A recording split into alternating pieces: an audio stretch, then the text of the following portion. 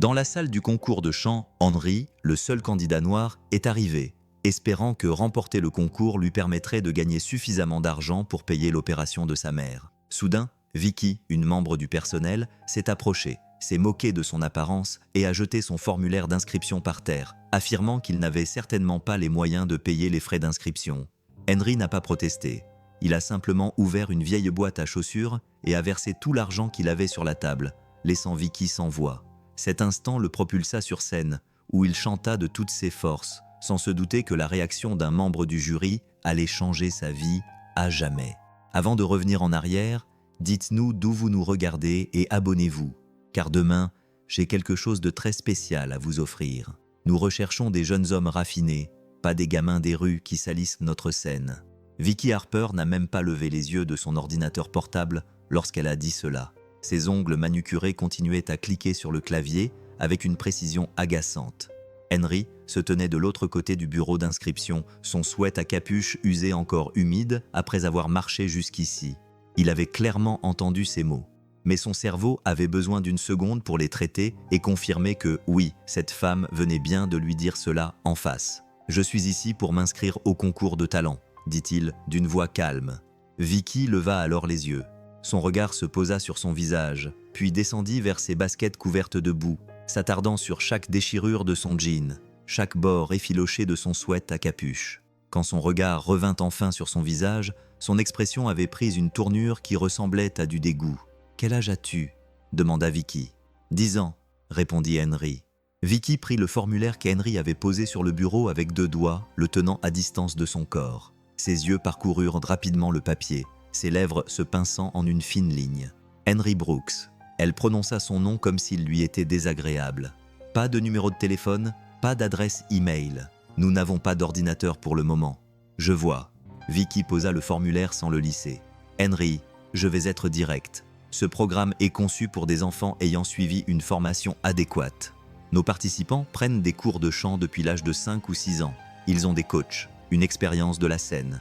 Elle se cala dans son fauteuil, croisant les bras. « Qu'avez-vous » Henry pensa au local d'approvisionnement du supermarché où travaillait sa mère, où il se rendait après l'école et chantait pendant qu'elle terminait son service. L'acoustique y était bonne, entourée de toutes ses boîtes. Il pensa aux répétitions dans la salle de bain à la maison, car le carrelage rendait sa voix plus pleine. « Je sais chanter », dit-il simplement. Vicky rit. Le son rebondit sur les murs, aigu et cruel. « Oh mon chéri, je n'en doute pas, mais ici c'est différent. C'est le centre artistique communautaire. Nous avons des critères. » Henry serra les mâchoires. Il sentit la chaleur lui monter au cou. Ses mains se crispèrent en poings le long de son corps. Et il dut se rappeler pourquoi il était là. Pour sa mère, pour ce chiffre que le médecin avait noté. 68 000. J'ai les frais d'inscription. Le sourire de Vicky s'aiguisa. Les frais s'élèvent à 240 $, Henry. Ce n'est pas de la petite monnaie, je sais. Et ta mère a approuvé cela. T'envoyer sous la pluie avec autant d'argent ? Vicky haussa les sourcils. Cela semble irresponsable. Quelque chose se serra dans la poitrine d'Henry. Elle est malade. Elle est à l'hôpital. Pendant une fraction de seconde, quelque chose passa sur le visage de Vicky, mais cela disparut rapidement. « Je suis désolée d'apprendre cela », dit-elle, même si son ton suggérait le contraire. Mais cela ne change rien à la réalité. Ce concours n'est pas pour les amateurs. Sans une préparation adéquate, tu t'exposerais à l'embarras. Je ne vais pas échouer. Tu n'en sais rien. Si, je le sais. La certitude dans sa voix fit hésiter Vicky. Puis elle reprit son formulaire d'inscription, le tint à la lumière et, sans prévenir, le laissa tomber. Et vous, à sa place, vous auriez fait quoi à cet instant ? Dites-le-moi en commentaire. Le papier virevolta et atterrit directement dans la flaque d'eau de pluie autour des pieds d'Henry. Henry fixa son formulaire gisant dans l'eau sale. Il regarda le papier s'assombrir en s'imprégnant de la flaque, regarda ses lettres soigneusement écrites commencer à s'estomper. En quelques secondes, il était détruit. « Oups !» dit Vicky d'un ton neutre.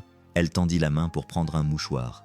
Quelle maladresse de ma part. La vision d'Henry se brouilla, tous ses muscles se contractèrent. Il s'imagina renverser le bureau et voir son ordinateur portable s'écraser sur le sol. Sa respiration s'accéléra tandis que ses ongles s'enfonçaient dans ses paumes. Mais il pensa alors à sa mère, à sa main fine dans la sienne, à la façon dont elle l'avait regardé en lui disant « Tu es mon garçon fort ». Il s'accroupit lentement et ramassa le papier détrempé. De l'eau s'en écoulait, coulant le long de ses poignets. Il le pressa contre son sweat à capuche, laissant des traces humides sur sa poitrine. Vicky s'essuyait maintenant les mains avec le mouchoir, nettoyant chaque doigt individuellement. « Tu sais ce que je pense, Henry ? Économise ton argent, achète-toi des vêtements décents, ou mieux encore, aide ta mère à payer ses frais médicaux. Je suis sûr qu'elle en a plus besoin que toi pour poursuivre un rêve. » La porte derrière Vicky s'ouvrit. Un homme sortit des bureaux, grand et vêtu d'une veste en cuir coûteuse. Il faisait défiler son téléphone. « Vicky, j'ai besoin de la liste des participants pour vendredi, » dit-il sans lever les yeux. « L'équipe technique veut savoir. » Il s'interrompit au milieu de sa phrase. Son pouce se figea sur l'écran de son téléphone. Henry s'était retourné au bruit, et maintenant, l'homme le fixait. Son visage était devenu pâle, sa bouche légèrement ouverte. Le téléphone glissa dans sa main et il le rattrapa maladroitement. Les yeux sombres de l'homme étaient rivés sur le visage d'Henry. Pas sur ses vêtements sales, juste sur son visage, ses yeux. « Qui est-ce » demanda l'homme d'une voix rauque. Vicky se redressa. « Monsieur Harrington, c'est juste un visiteur. J'expliquais que notre programme nécessite la présence de Cole Harrington. » Henry l'interrompit. Il reconnut le nom sur le prospectus. « Vous êtes le juge invité. » Cole sembla se secouer. « Oui, c'est moi. » Sa voix était calme à présent. « Attention, comment vous appelez-vous ?»« Henry Brooks. » Quelque chose passa sur le visage de Cole lorsqu'il entendit le nom de famille. Sa mâchoire se crispa. « Brooks » répéta-t-il lentement. « Oui, monsieur. » Un silence étrange s'installa. Vicky regarda tour à tour les deux hommes, perplexe. Henry restait là, debout, son formulaire abîmé contre sa poitrine, de l'eau coulant sur le sol. Cole s'efforça de se concentrer. « Que se passe-t-il ici ?»« Rien d'inquiétant, » répondit rapidement Vicky. « Je lui expliquais simplement nos critères. Elle a laissé tomber mon formulaire dans l'eau. La voix d'Henry était plus forte que prévu et elle dit « J'ai sali la scène ». L'expression de Cole changea. Il fronça les sourcils. « Qu'avez-vous dit ? Monsieur Harrington, je respectais nos normes. Lui avez-vous dit cela ?» Vicky ouvrit et ferma la bouche. Les mots exacts étaient peut-être « L'avez-vous fait ou non ?» Vicky jeta un coup d'œil à Henry, le visage marqué par la nervosité. « J'ai peut-être exprimé des inquiétudes quant à la préparation adéquate. » Cole regarda le sol mouillé, la silhouette trempée d'Henry, puis revint vers Vicky. « Quels sont les frais d'inscription ?»« 240 $, répondit Henry. Les yeux de Cole revinrent vers lui. « Tu as cette somme ?» Henry acquiesça. Il se baissa et ramassa la boîte à chaussures près de ses pieds.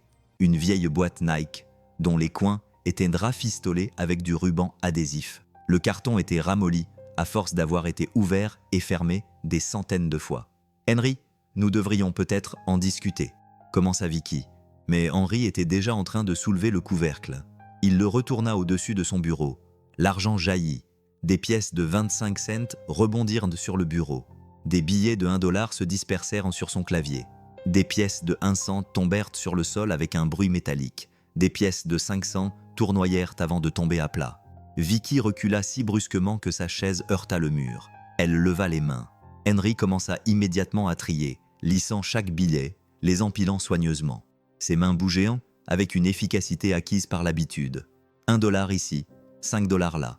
Les pièces de 25 cents dans une pile séparée. Cole s'approcha. Il ne regardait pas l'argent. Il regardait les mains d'Henry, les callosités sur ses paumes, la saleté sous ses ongles, la précision automatique. 4 minutes de bruissement de billets et de cliquetis de pièces. Finalement, Henry leva les yeux. 240 $, pas un centime de moins. Vicky fixa l'argent. Où as-tu trouvé ça ? Je l'ai gagné. Comment ? En tondant des pelouses, en lavant des voitures, en faisant tous les petits boulots que je pouvais trouver. Henry croisa son regard. Ça m'a pris 1 an. 1 an de samedi à 5 heures du matin. 1 an de mains couvertes d'ampoules. 1 année à mettre ses gains dans cette boîte et à regarder la pile grossir si lentement. « Tu as 10 ans, » dit Vicky d'une voix faible. « Oui, madame. » Cole fixait Henry avec cette expression étrange, comme s'il regardait un fantôme. « Tu as gagné tout ça toi-même pour un concours de chant ?» Henry hésita. Il pensa à sa mère dans son lit d'hôpital, au stade 3, aux 68 000 $. Au prix du concours, 75 000 $.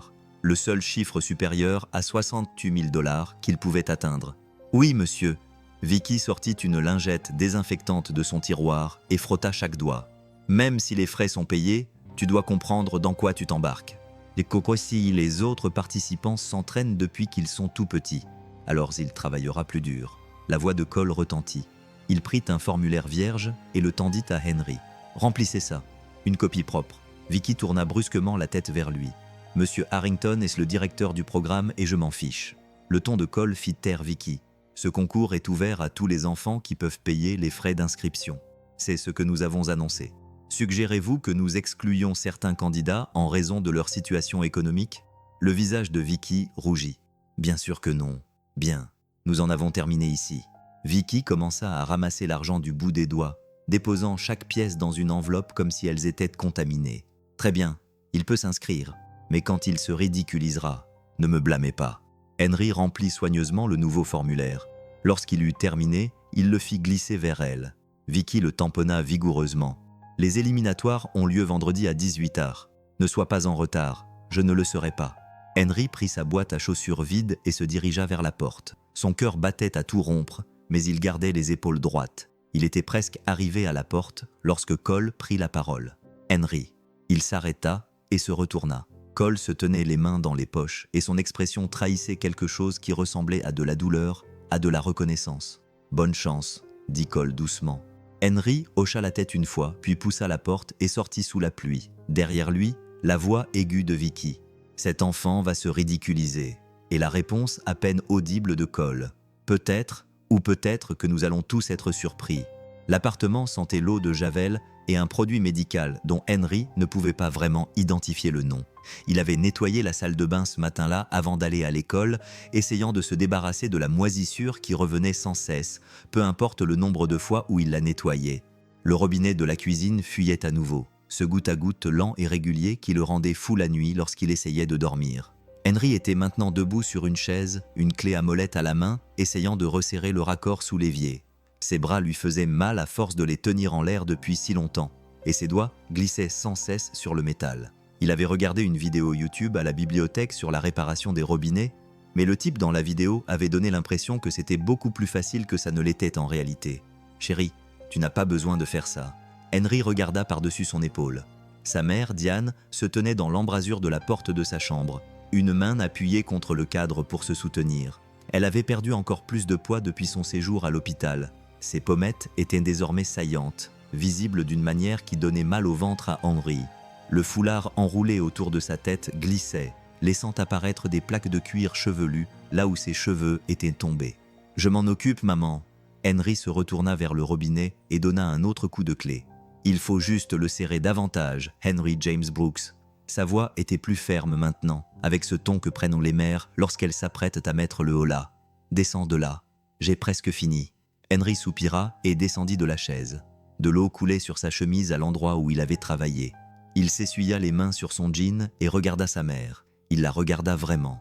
Elle portait le même pyjama depuis 3 jours. Elle avait des cernes sous les yeux qui ressemblaient à des ecchymoses. « Tu devrais te reposer, » dit-il. Diane se dirigea lentement vers la cuisine, chaque pas prudent et mesuré. Elle tendit la main et toucha le visage d'Henry, sa paume fraîche contre sa joue. « Et tu devrais jouer avec tes amis, être un enfant. » Henry s'écarta doucement. « Je n'ai pas le temps pour ça, maman. Maman, ne fais pas ça. » La voix d'Henry était plus aiguë qu'il ne l'aurait voulu. Il prit une inspiration et réessaya. « Je vais bien. Nous allons bien. » Mais il n'allait pas bien. La pile de factures médicales sur le comptoir de la cuisine prouvait qu'Henry les avait parcourues la veille pendant que sa mère dormait et qu'il avait additionné tous les chiffres d'une main tremblante. Le total ne cessait d'augmenter. La dernière, celle qui était arrivée 3 jours plus tôt dans une enveloppe rouge, concernait l'opération à venir, celle dont le médecin avait dit qu'elle avait besoin si elle voulait vivre. 68 000 $. Ce chiffre pesait lourdement dans l'esprit d'Henry. Il restait éveillé la nuit et le voyait écrit en lettres lumineuses au plafond. 68 000 $.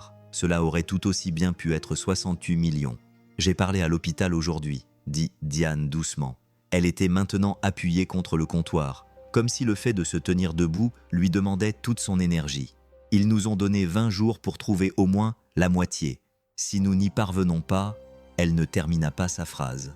Henry savait ce qui se passerait s'il n'y parvenait pas. L'opération a été annulée. Le cancer a continué à se développer. Sa mère est morte. C'est aussi simple que ça. « Je vais gagner ce concours, » dit Henry. Ses mains étaient crispées sur ses côtés. « Le prix est de 75 000 $. C'est suffisant. C'est plus que suffisant. » Les yeux de Diane se remplirent de larmes. « Henry, mon chéri, s'il te plaît, tu ne peux pas. Tu ne peux pas te mettre ça sur le dos. Tu as 10 ans. » C'est moi l'homme de la maison. Non. Diane secoua la tête et des larmes coulèrent sur ses joues. Non, mon chéri, tu es mon fils, tu es mon enfant. Ce n'est pas ta responsabilité. Mais ça l'était. Henry le savait, car s'il ne faisait rien, s'il restait assis à se comporter comme un enfant comme sa mère le voulait, alors elle mourrait, et il ne pouvait pas laisser cela arriver. Il ne le permettrait pas. Il pensa à son père, l'homme dont sa mère refusait de parler. Tout ce qu'Henry savait, c'était que son père avait été chanteur, qu'il était parti avant sa naissance, et que les yeux de sa mère s'éteignaient chaque fois qu'il lui posait des questions à son sujet. Il a fait son choix, était tout ce qu'elle disait. Nous n'avons pas besoin de lui. Mais peut-être qu'ils avaient besoin de lui. Peut-être que si son père savait... Non, Henry chassa cette pensée. Son père était parti. Il avait choisi sa carrière plutôt que sa famille. Il avait décidé qu'un bébé l'empêcherait de réussir. Henry avait surpris une conversation téléphonique entre sa mère et sa sœur, tard dans la nuit, alors qu'elle le croyait endormi. Il avait tout entendu. Son père avait dit qu'il avait besoin de liberté pour créer. Il était parti sans se retourner. Très bien, il se débrouillerait sans lui. Henry se dirigea vers sa chambre, à peine assez grande pour accueillir son matelas double posé à même le sol dans une caisse en plastique qui contenait ses vêtements. Il colla le flyer du concours sur le mur. Les mots étaient imprimés en caractères gras. Grand prix du concours de jeunes talents, 75 000 $ plus un contrat d'entraînement exclusif. En dessous, il colla la facture de l'hôpital, celle avec 68 000 $ en chiffres rouges au bas de la page. Henry prit un rouleau de ruban adhésif athlétique dans sa caisse, du genre de celui que les entraîneurs utilisaient pour bander les chevilles foulées. Il l'avait trouvé dans une benne à ordures derrière le lycée. Il en déchira un morceau et l'enroula autour de son poignet, assez serré pour le sentir. Puis il prit un marqueur et écrivit en lettres majuscules sur le ruban « Protège maman ». Il fixa les mots pendant un moment, puis enroula un autre morceau autour de son autre poignet. Même message. Cette fois, ses mains ne tremblaient pas. Depuis la cuisine, il entendait sa mère pleurer, des sanglots étouffés qu'elle essayait de retenir. Henry ferma les yeux et prit une inspiration. « Je m'en occupe, maman », murmura-t-il. « Je vais y arriver. » Cette nuit-là, Henry était allongé sur son matelas et fixait le plafond. Le robinet de la cuisine fuyait à nouveau. Il ne l'avait pas réparé correctement. Chaque goutte résonnait dans l'appartement silencieux comme un petit marteau. Goutte, goutte, goutte. 20 jours. L'opération était prévue dans 20 jours, ce qui signifiait qu'il avait 19 jours pour gagner le concours, récupérer le prix et payer l'hôpital. C'était serré, vraiment serré, mais c'était possible. Henry se tourna sur le côté et regarda les mots inscrits sur ses poignets. « Protège maman ». Le ruban adhésif commençait déjà à se décoller sur les bords, mais le message était clair. Sa mère apparut dans l'embrasure de la porte, une ombre éclairée par la lumière du couloir. « Chérie, tu es réveillée ?»« Oui. » Elle entra lentement et s'assit sur le bord de son matelas. Les ressorts grinçaient sous son poids, le peu de poids qu'il lui restait. Elle tendit la main et prit la sienne, ses doigts effleurant le ruban adhésif sur son poignet. « Qu'est-ce que c'est ?» demanda-t-elle doucement. « Juste quelque chose que je fais. » Le pouce de Diane effleura les mots. Henry la regarda les lire dans la pénombre. Lorsqu'elle releva les yeux, ceux-ci étaient à nouveau humides. « Oh, mon bébé !» Sa voix se brisa. « Tu ne peux pas faire ça. C'est trop. Je le ferai quand même. » « Henry. »« Maman, arrête !» Henry s'assit et la regarda droit dans les yeux. « Je sais que tu veux que je reste un enfant. Je sais que tu veux que je joue au basket ou à autre chose. Mais je ne peux pas, parce que si je ne fais rien, tu vas mourir. Et je ne laisserai pas cela arriver. Alors, soit tu m'aides, soit tu restes en dehors de mon chemin. Mais je n'arrêterai pas. » Les mots sortirent plus durs qu'il ne le voulait, plus adultes, comme s'il était le parent, et elle l'enfant. Diane le fixa longuement. Puis, elle le serra dans ses bras, si fort qu'il pouvait à peine respirer. Son corps tremblait de sanglots. « D'accord, » murmura-t-elle dans ses cheveux. « D'accord, mon bébé, mais promets-moi quelque chose. »« Quoi ? Promets-moi qu'après ça, après la compétition, tu te laisseras redevenir un enfant de 10 ans, juste pour un petit moment. » Henry ne répondit pas. Il ne pouvait pas promettre cela, car même après la compétition, même après l'opération, il y aurait encore des factures à payer, un loyer à régler, une centaine de choses à régler. Mais il serra sa mère dans ses bras et la laissa pleurer. Et il fit semblant de croire qu'un jour, il pourrait peut-être redevenir un enfant. Le robinet continuait de goutter dans la cuisine, goutte après goutte, comme un compte à rebours. L'auditorium du centre artistique communautaire était plus grand que Henry ne l'avait imaginé. Des rangées de sièges en velours rouge s'étendaient dans l'obscurité et des projecteurs suspendus au plafond ressemblaient à des araignées mécaniques.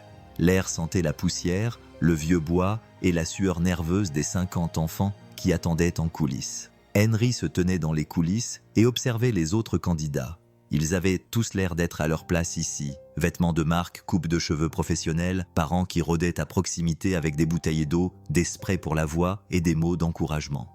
Un garçon à peu près du même âge qu'Henry s'échauffait près du rideau, répétant ses gammes, tandis que sa mère, vêtue d'un tailleur pantalon qui coûtait probablement plus cher que le loyer d'Henry, prenait des notes sur un bloc-notes. Le garçon était doué, vraiment doué. Sa voix était claire et maîtrisée, il chantait chaque note avec précision. « C'est Julian Harper », murmura quelqu'un à côté d'Henry. « Le fils de Vicky. Il s'entraîne depuis l'âge de 4 ans. » Henry jeta un coup d'œil.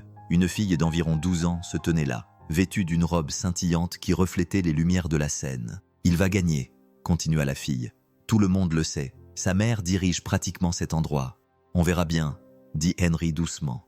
La fille le regarda de haut en bas, observant son jean propre mais usé, sa chemise boutonnée achetée chez Goodwill qui ne lui allait pas tout à fait. « C'est toi, le gamin, celui de la vidéo. » Henry sentit son estomac se nouer. La vidéo. Il avait oublié ça. Après son inscription, quelqu'un dans le hall avait filmé toute la scène avec la boîte à chaussures et l'argent. La vidéo était devenue virale. 5 millions de vues en 2 jours. Les gens l'appelaient « Soulboy » et le gamin qui payait en pièces de 25 cents. « Oui », admit-il, « c'était cool. Et toi, qu'as-tu fait ?» La jeune fille sourit. « Je m'appelle Sarah. Henry, je sais. » dit-elle en désignant la scène d'un signe de tête. « Tu passes après Julien. Bonne chance pour lui succéder. » Julien montait sur scène à ce moment-là. Les lumières de la salle s'éteignirent et un projecteur l'éclaira en plein centre. Il avait l'air confiant, à l'aise, comme s'il était né pour se tenir à cet endroit précis. Henry regardait depuis les coulisses, tandis que Julien commençait à chanter. C'était une chanson pop actuelle qui avait passé tout l'été à la radio. La voix de Julien était techniquement parfaite. Chaque note était claire, chaque note était juste. Sa chorégraphie était fluide, professionnelle, le genre de performance qui résulte d'années de cours coûteux. Le public, composé principalement de parents et du personnel du concours, applaudit poliment lorsqu'il eut terminé. Depuis son siège dans la section des juges, Vicky rayonnait. Elle brandit sa feuille de notes, 8,88. Les autres juges donnèrent des notes similaires, tous sauf Cole Harrington, assise au bout de la table, le visage impassible. Il brandit un 8,5. L'annonceur appela le participant suivant. « Nous avons le concurrent numéro 45, Henry Brooks. » Henry sentit son cœur s'emballer. Ses paumes étaient moites. Le ruban autour de ses poignets lui semblait soudain trop serré. Il monta sur scène. Les projecteurs l'aveuglaient. Il ne voyait pas le public. Il voyait à peine la table des juges. Tout ce qu'il voyait, c'était une lumière blanche et les silhouettes sombres des personnes qui le regardaient. Concurrent 45. La voix de Vicky venait de quelque part dans l'obscurité. La voix de Vicky dégoulinant d'une fausse douceur. Une participation autofinancée du quartier ouvrier. Aucun accompagnement demandé. Henry entendit les chuchotements qui parcouraient la foule. Il vit Julien qui regardait depuis les coulisses. Un sourire narquois sur le visage. Henry marcha vers le micro au centre de la scène. Il l'entoura de sa main et sentit le métal froid contre sa paume. Il pouvait voir les mots sur son poignet. « Protège maman ». Le régisseur lui fit un signe de tête. La salle devint silencieuse. Henry ferma les yeux. Il pensa à sa mère dans son lit d'hôpital, à la sensation de sa main dans la sienne, si fine, si fragile. Il pensa à ce chiffre, 66 000 $, et à l'opération dont elle avait besoin. Il pensa au placard à fournitures du supermarché où il s'était entraîné, au carreau de la salle de bain qui amplifiait sa voix. Il ouvrit la bouche et se mit à chanter. La chanson s'intitulait « A Change is Gonna Come ». Elle était de Sam Cooke, plus âgé qu'Henry de plusieurs décennies, mais il l'avait entendue une fois à la radio, et quelque chose en elle l'avait touché au plus profond de lui-même. Au début, sa voix était rauque, nerveuse, mais ensuite, quelque chose a changé. Il a cessé de penser aux juges, au public et à Julian Harper qui regardait depuis les coulisses. Il a cessé de penser au fait qu'il avait 10 ans, qu'il était pauvre et effrayé. Il s'est contenté de chanter. Sa voix n'était pas aussi belle que celle de Julien. Elle était brute, rugueuse, mais elle avait quelque chose que la perfection technique ne pouvait enseigner.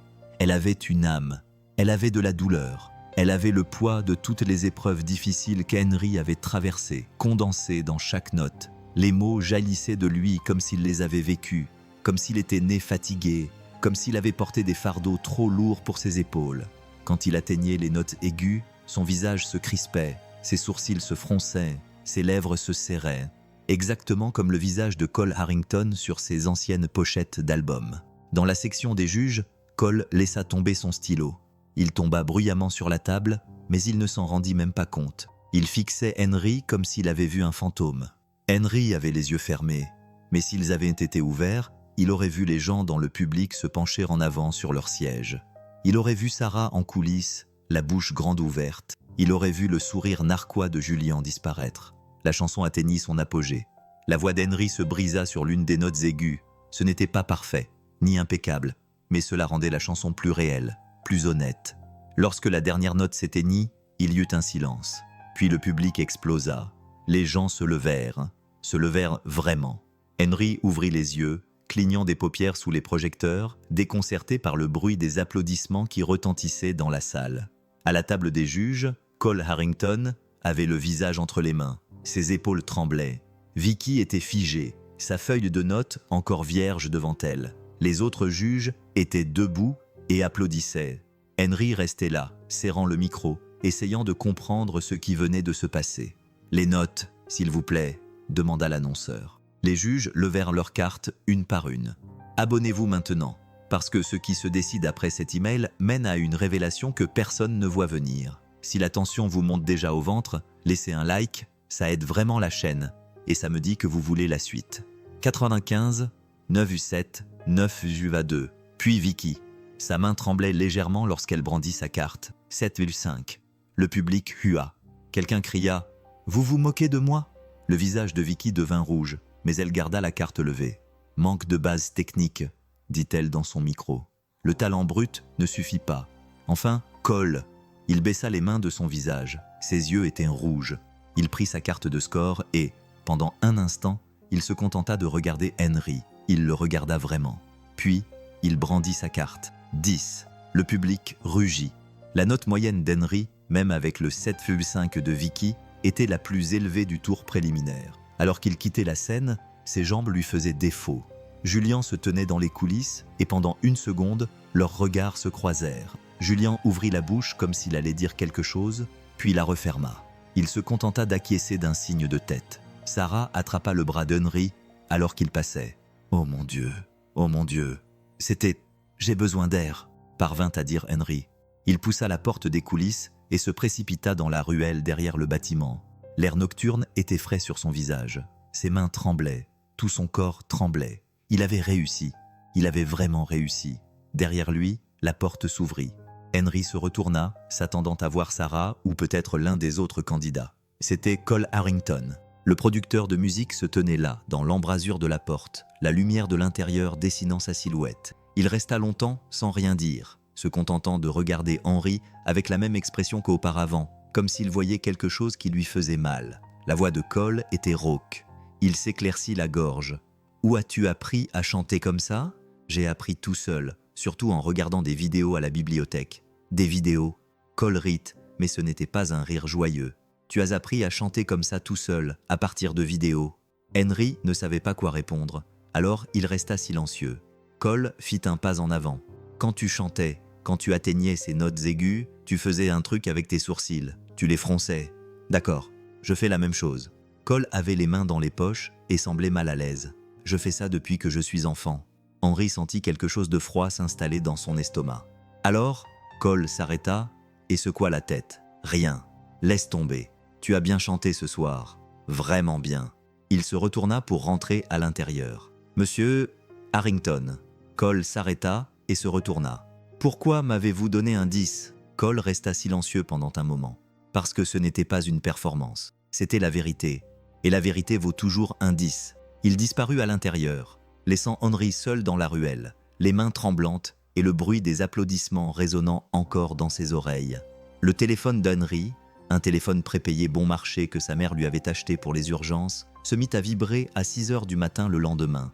Il s'était endormi sur son matelas, toujours vêtu de ses habits de compétition, trop épuisé pour se changer. Le téléphone n'arrêtait pas de vibrer. Il l'attrapa et plissa les yeux pour regarder l'écran. Des centaines de notifications. Le téléphone de sa mère vibrait aussi dans la cuisine et il pouvait l'entendre vibrer contre le comptoir. Henry s'assit et ouvrit la première notification. C'était un lien vers YouTube.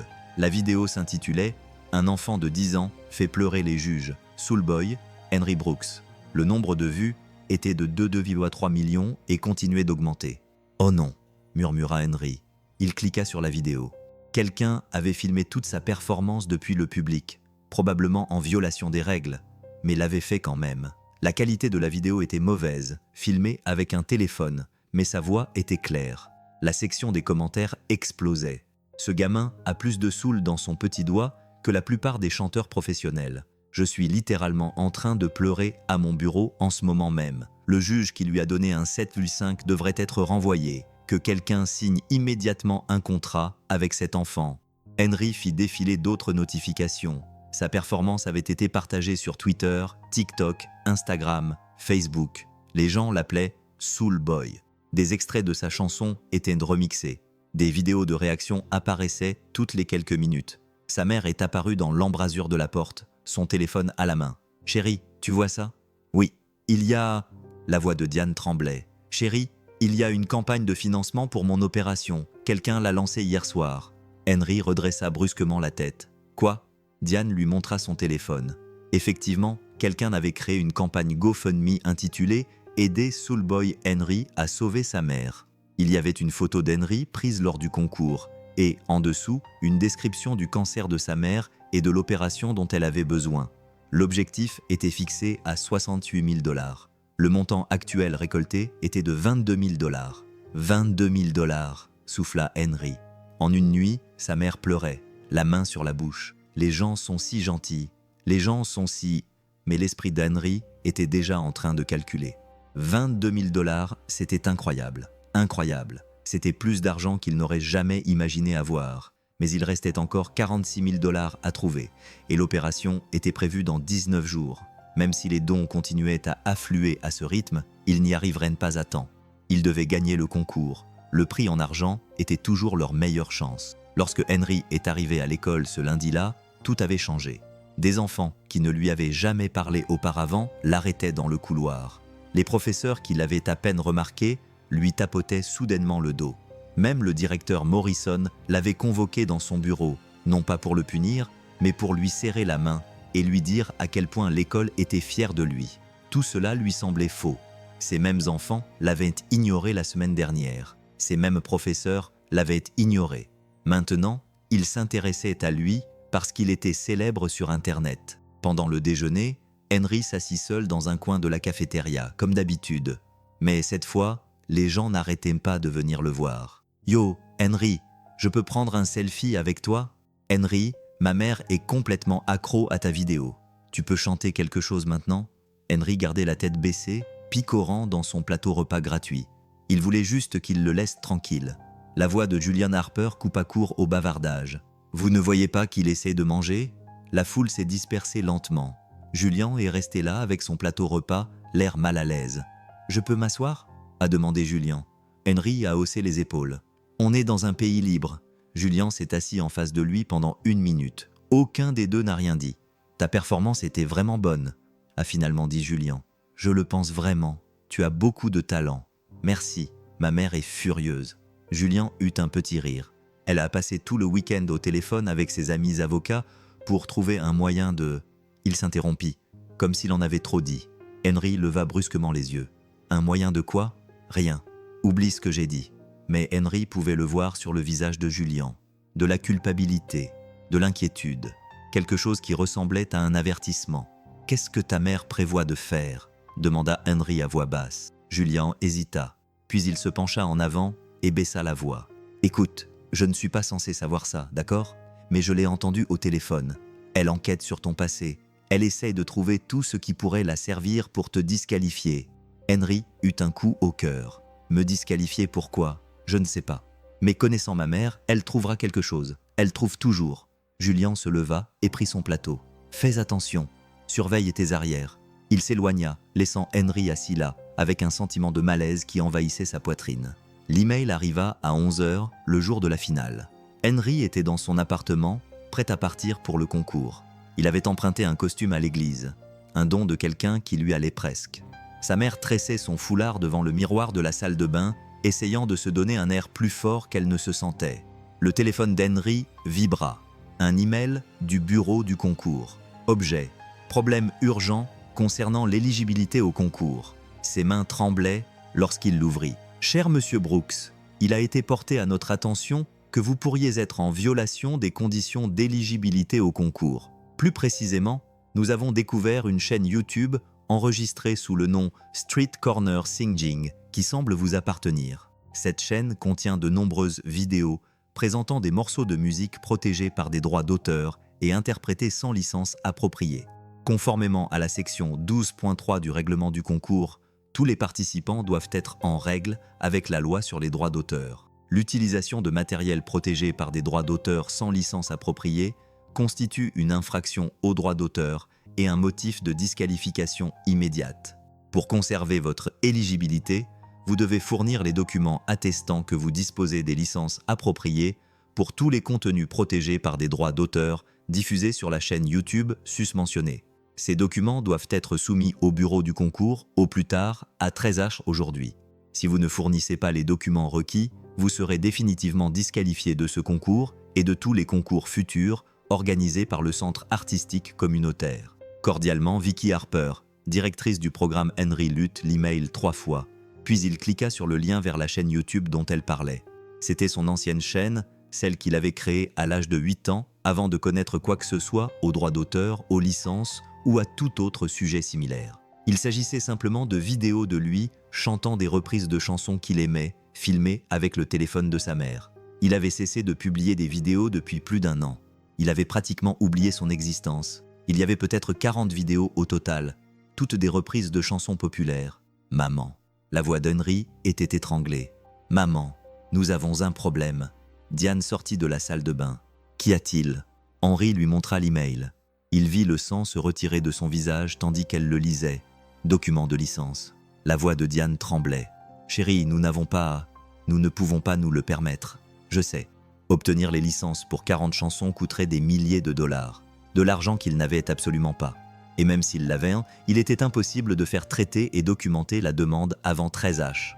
Il était déjà 11h15. Henry regarda les mots inscrits sur ses poignets. « Protège maman ». Le ruban adhésif était maintenant sale, décollé sur les bords, mais le message était toujours là. « Elle ne peut pas faire ça », dit Henry.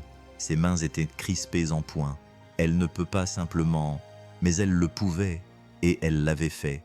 Diane serra Henry dans ses bras. « Ça va, mon chéri, ça va. Ça ne va pas. » Henry s'écarta. Ses yeux brûlaient. « Ce prix, maman, on en a besoin. On en a besoin. Tu en as besoin. On trouvera une solution. La collecte de fonds. La collecte de fonds s'élève à 22 000 $. Ce n'est même pas la moitié. » La voix d'Henry montait. Il sentait la panique lui serrer la gorge. « Nous avons 19 jours. 19 jours. Et si nous n'avons pas l'argent, ils ne feront pas l'opération. Et tu… » Il ne pouvait pas finir sa phrase. Diane lui prit le visage entre ses mains. « Henry James Brooks, écoute-moi. Tu as déjà fait plus que ce qu'aucun enfant ne devrait jamais avoir à faire. Tu t'es tué à la tâche pendant 1 an. Tu t'es levé et tu as chanté de tout ton cœur. Tu as été si courageux, mon bébé, si courageux. Mais ça n'a pas suffi. » La voix d'Henry se brisa. « Je n'ai pas suffi. Si, tu as suffi. Oui, tu as suffi. » Les larmes de Diane coulaient maintenant. « Et je ne te laisserai pas te blâmer pour ça. Tu m'entends ? Ce n'est pas ta faute. » Le téléphone d'Henry vibra à nouveau. Un autre email. Il baissa les yeux pour le lire. Il venait de Cole Harrington. Objet, retrouve-moi au centre maintenant. Henry le montra à sa mère. Vas-y, dit-elle. Va voir ce qu'il veut. Henry attrapa sa veste, la veste de costume de l'église qui était trop grande aux épaules, et courut. Henry franchit les portes du centre artistique communautaire à 11h47. Il était essoufflé, sa chemise trempée de sueur après avoir couru tout le long du chemin. Le hall était vide, à l'exception de Cole Harrington, qui faisait les 100 pas devant le bureau d'inscription comme un animal en cage. Lorsqu'il vit Henry, il s'arrêta. « Tu as reçu l'email » demanda Cole. « Oui. D'accord, très bien. Viens avec moi. » Cole n'attendit pas la réponse. Il se dirigea vers les bureaux administratifs et Henry le suivit. Ils empruntèrent un couloir que Henry n'avait jamais vu auparavant. passant devant des portes fermées portant des noms tels que conseil d'administration et services financiers. Au bout du couloir se trouvait le bureau de Vicky Harper. Cole ne frappa pas. Il ouvrit simplement la porte et entra. Vicky était assise à son bureau, au téléphone. Quand elle les vit, son expression passa de la surprise à l'agacement, puis à quelque chose qui ressemblait presque à de la peur. « Je vous rappelle », dit-elle au téléphone avant de raccrocher. « Vicky », la voix de Cole était froide. « Nous devons parler. Monsieur Harrington, c'est tout à fait inapproprié. » « Inapproprié ?» Cole rit, mais son rire était dépourvu d'humour. « Vous voulez parler d'inapproprié ? Parlons plutôt de la façon dont vous utilisez la loi sur le droit d'auteur pour exclure un enfant de 10 ans d'un concours. » Vicky se redressa sur sa chaise. « Je ne fais qu'appliquer les règles qui ont été… » Le mot sortit d'une voix plate et dure. « Vous avez attendu le matin de la finale pour envoyer cet email. Vous avez attendu qu'il soit impossible pour lui de se conformer. Ce n'est pas appliquer les règles, c'est du sabotage. Monsieur Harrington, je comprends que vous ayez un faible pour ce candidat en particulier, mais les règles sont les règles. Tous les participants doivent se conformer à… » Cole claqua un dossier sur son bureau. Le bruit fit sursauter Vicky et Henry. « Vous voulez parler de respect des droits d'auteur ?» Cole ouvrit le dossier. « Parlons de la vidéo soumise par votre fils, celle qu'il a utilisée pour sa candidature, celle où il exécute une chorégraphie sur un remix d'une chanson de Drake. » Cole sortit une capture d'écran imprimée. Ce remix n'est pas sous licence. La personne qui l'a créé n'a pas les droits sur les enregistrements originaux de Drake, ce qui signifie que Julian a interprété un morceau protégé par le droit d'auteur sans licence appropriée, ce qui signifie que selon vos propres critères, il devrait également être disqualifié. Le visage de Vicky pâlit, puis elle lut. C'est complètement différent. Comment ? Expliquez-moi en quoi c'est différent. Cole se pencha en avant, les mains à plat sur son bureau. En fait, je vais vous épargner cette peine. Ce n'est pas différent. La seule différence, c'est que Julian est votre fils et Henry non. Vous simplifiez à l'extrême. Vraiment ? Cole sortit un autre document. J'ai également découvert quelque chose d'intéressant.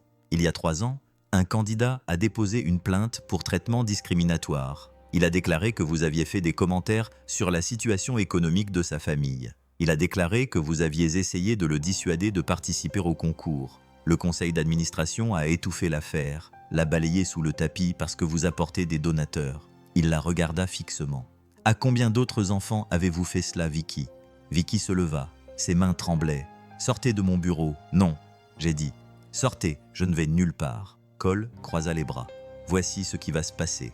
Vous allez retirer cet email. Vous allez autoriser Henry à participer à la finale ce soir et vous allez le faire dans les 5 prochaines minutes.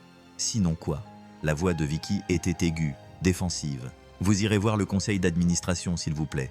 La moitié d'entre eux sont mes amis personnels. Je n'ai pas besoin du conseil d'administration. » La voix de Cole est devenue plus grave, plus menaçante. « J'ai besoin de mon avocat, de mon agent publicitaire et des contacts que j'ai noués avec les médias au cours de mes 20 années dans cette industrie. » Il a marqué une pause. « Vous savez ce qui fait un bon sujet d'actualité, Vicky ? Une riche directrice de programme utilise des subtilités juridiques pour exclure un enfant noir pauvre d'un concours de talent. Ça marche très bien sur les réseaux sociaux, surtout maintenant que tout le monde adore Henry et pense que vous êtes la méchante. » Vicky ouvrit la bouche, puis la referma. « Et puis il y a le procès civil. » Cole continua. « Discrimination fondée sur le statut économique, application sélective des règles. J'ai suffisamment de preuves, rien qu'avec ce qui s'est passé ce matin, pour vous rendre la vie très très difficile. Et croyez-moi, mes avocats sont meilleurs que les vôtres. Vous me menacez. Non, je vous explique les conséquences. » Cole se redressa. « Vous en avez fait une affaire personnelle en vous en prenant à un enfant, alors maintenant c'est personnel, et vous allez perdre. » Henry se tenait près de la porte, observant la scène. Il n'avait jamais vu un adulte se battre ainsi pour lui. Il n'avait jamais vu quelqu'un de puissant utiliser son pouvoir pour le protéger plutôt que pour l'écraser. Vicky se rassit. Elle essayait de garder son sang-froid, mais Henry pouvait voir ses mains trembler alors qu'elle cherchait quelque chose sur son ordinateur. « Les règles sont claires », commença-t-elle. « Les règles prévoient également une clause d'utilisation équitable », l'interrompit Cole. « Qui couvre l'utilisation éducative et non commerciale de matériel protégé par le droit d'auteur. » La chaîne YouTube d'Henry n'était pas monétisée. C'était un enfant qui apprenait à chanter. C'est un cas d'utilisation équitable classique. N'importe quel étudiant en droit de première année pourrait le défendre.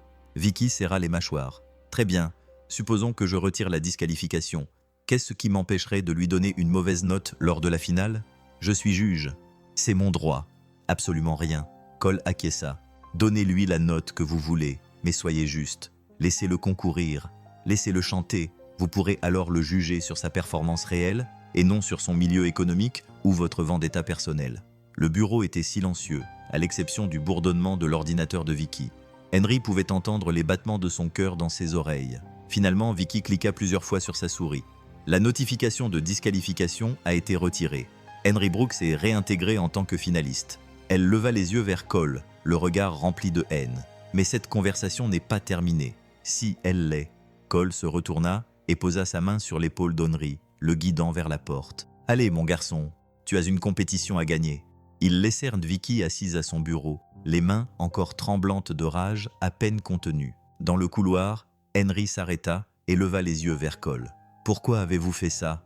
Cole resta silencieux pendant un moment. Sa main était toujours posée sur l'épaule d'Henry, et celui-ci pouvait la sentir trembler légèrement. « Parce que quelqu'un aurait dû le faire pour moi, » répondit Cole doucement. « Il y a longtemps. » Avant qu'Henry n'ait pu demander ce que cela signifiait, le téléphone de Cole sonna. Il le sortit, regarda l'écran, et son expression changea, devenant indéchiffrable pour Henry. « Je dois répondre, » dit Cole. « Mais Henry, rentre chez toi, repose-toi, mange quelque chose, reviens ici à 17h30 pour la balance, et ne laisse pas ce qui s'est passé ce matin te perturber. Ta place est sur scène ce soir. Tu comprends ?» Henry acquiesça. Cole répondit à son téléphone et s'éloigna, sa voix résonnant dans le couloir. « Oui, je suis là. Qu'as-tu découvert ?» Henry resta là un moment, seul dans le couloir vide. Il baissa les yeux vers ses poignets. Le ruban adhésif tenait à peine, mais il pouvait encore distinguer les mots « Protège maman ». Il avait failli tout perdre, tout voir s'effondrer parce qu'une femme riche pensait qu'il n'avait pas sa place ici. Mais il était toujours dans la course. Il avait encore une chance. Henry sortit du centre artistique communautaire et se retrouva sous le soleil de midi. Ses mains ne tremblaient en plus. Il lui restait 5 heures avant la finale. 5 heures pour se préparer à la performance la plus importante de sa vie. Il se mit en route vers chez lui et, à chaque pas, il se sentait un peu plus fort. L'auditorium était bondé. Tous les sièges étaient occupés. Des gens se tenaient debout à l'arrière. Des caméras de télévision étaient installées à l'arrière. De vraies caméras de chaînes de télévision réelles. La vidéo de la phase préliminaire d'Henry était devenue tellement virale que les médias locaux couvraient la finale, comme s'il s'agissait d'un événement sportif. Les coulisses étaient chaotiques. Les candidats faisaient leurs derniers échauffements vocaux. Les parents ajustaient les costumes. Les techniciens criaient des instructions. Henry se tenait dans un coin, à l'écart de tout cela. Il portait le costume de l'église. Quelqu'un l'avait apporté chez un tailleur cet après-midi-là et l'avait ajusté gratuitement après avoir entendu son histoire. Il lui allait parfaitement maintenant, le faisant paraître plus âgé, plus sérieux. Sa mère était avec lui. Elle avait insisté pour venir malgré sa faiblesse. Elle était assise sur une chaise pliante, son foulard soigneusement enroulé autour de sa tête, mais elle souriait. Elle souriait vraiment. « Tu es si beau, mon chéri », dit-elle en tendant la main pour redresser son col. « On dirait un petit homme. J'ai envie de vomir. » Diane rit doucement. « C'est normal. Cela signifie que tu t'en soucies. » Henry regarda autour de lui dans les coulisses. Il pouvait voir Julien s'échauffer avec son coach vocal, une femme vêtue de vêtements de yoga coûteux qui ne cessait de consulter son Apple Watch. Sarah était là aussi, en train de s'étirer dans sa robe scintillante. Il reconnut d'autres enfants qu'il avait vus lors des préliminaires. Et puis, il les vit. Un groupe de personnes qui franchissaient la porte des coulisses et qui ne semblaient pas avoir leur place dans un concours de talent. Il s'agissait de Marcus, le coiffeur chez qui Henry balayait parfois pour 5 $, Teresa, l'infirmière de l'étage où travaillait sa mère, Big Mike, le gérant du magasin du coin, et au moins une douzaine d'autres personnes de leur quartier, des gens qui avaient vu Henry grandir, qui lui avaient donné des petits boulots, qui le connaissaient avant qu'il ne devienne un chanteur de soul. Ils portaient tous des t-shirts assortis, des t-shirts blancs avec des lettres noires. L'équipe d'Henry. « Surprise !» s'écria Marcus en souriant. « Tu croyais qu'on allait rater ça ?» Henry sentit sa gorge se serrer. Sa mère se leva de sa chaise et se dirigea vers eux, et ils l'entourèrent de câlins et de mots d'encouragement. « On a toute une section de supporters là-bas, » dit Teresa. « Au premier rang, mon chéri. On va faire beaucoup de bruit. » Big Mike tapota l'épaule d'Henry. « Tu vas y arriver, petit bonhomme. Montre-leur ce qu'est le vrai talent. » Le régisseur demanda l'attention de tous. Plus que 5 minutes avant le début du spectacle, les finalistes sont priés de se mettre en ligne dans l'ordre de passage. Les coulisses s'agitèrent. Les gens se mettent en place. Les parents donnent un dernier baiser et des mots d'encouragement. Les candidats sautillent sur place pour se détendre. Henry est le 5e des 8 finalistes à se produire. Julien est le 3e. Les lumières de la salle s'éteignent. Le bruit de la foule enfle puis s'apaise. Le concours a commencé. Henry regarde les 2 premières prestations depuis les coulisses. Elles sont toutes les 2 bonnes, vraiment bonnes. Une fillette de 12 ans qui chante de l'opéra. Un garçon de 13 ans qui interprétait un incroyable morceau de jazz accompagné par un orchestre complet. Puis ce fut le tour de Julien. Julien est monté sur scène comme s'il en était le propriétaire. Aucune nervosité, aucune hésitation. Il s'était préparé pour cela toute sa vie. La musique a commencé.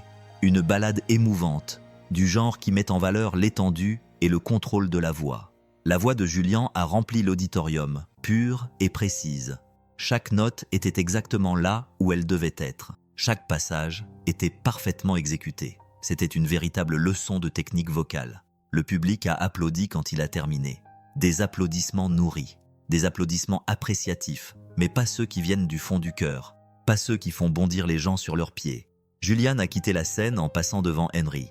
Leurs regards se sont croisés. « Bonne chance », a dit Julien doucement, et Henry a compris qu'il était sincère. « Merci ». Le 4e artiste est monté sur scène. Une autre prestation remarquable. Les juges ont attribué des notes comprises entre 8 et 9. La compétition était rude. Puis, le régisseur a touché l'épaule d'Henry. « C'est à toi, mon garçon ». Henry a pris une inspiration. Sa mère lui a serré la main. « Souviens-toi », lui a-t-elle chuchoté. « Chante avec tes tripes. C'est tout ce qui compte. » Henry est monté sur scène. Le projecteur l'éclaira. Pendant 1 seconde, il fut aveuglé. Puis ses yeux s'habituèrent à la lumière et il put tout voir. La salle comble, les caméras de télévision, la table des juges où Vicky était assise, les bras croisés, l'air de préférer être ailleurs. Cole, au bout de la table, était penché en avant, les mains jointes. Et au premier rang, l'équipe d'Henry, Marcus, Teresa, Big Mike et tous les autres, vêtus de leurs chemises blanches, lui souriant. Le présentateur le présenta. Le candidat numéro 45, Henry Brooks, interprétant un arrangement original. Le silence se fit sur la scène. Henry s'approcha du micro. Pas de bande-son cette fois-ci, pas d'instrument, juste lui, sa voix et les mots qu'il devait prononcer. Il regarda une dernière fois les mots, inscrits sur son poignet. « Protéger maman ». Puis il se mit à chanter. La chanson était « Stand Up », un vieux gospel que sa mère chantait quand elle en avait encore la force. Mais Henry l'avait modifiée. Il l'avait faite sienne. Il l'avait transformée en une chanson sur le combat, sur le refus de rester à terre, sur le fait d'être petit mais de se tenir debout. Quoi qu'il en soit, sa voix sortit forte dès la première note. Pas de nervosité cette fois-ci, aucune hésitation. Ce n'était pas une performance, c'était un message. Il chantait le fait d'être écarté avant même d'avoir commencé. Le fait que les gens vous regardent et décident que vous n'êtes pas assez bon en se basant sur votre code postal, vos vêtements ou la couleur de votre peau. Le fait d'être mis à terre et de se relever encore et encore. Henry bougeait en chantant, sans chorégraphie, rien à voir avec les routines raffinées de Julien, mais de manière très brute. Il traversait la scène, la dominant.